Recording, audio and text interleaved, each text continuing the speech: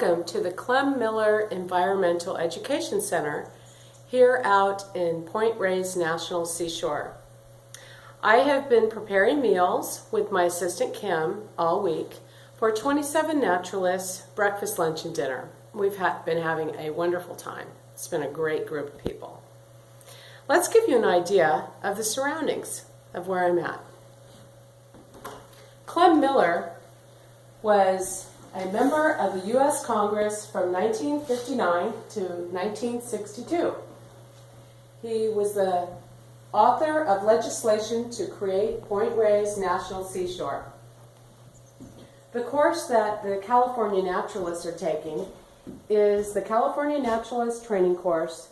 It'll introduce you to the unique ecology and natural history of California and the Point Reyes Peninsula in Marin County.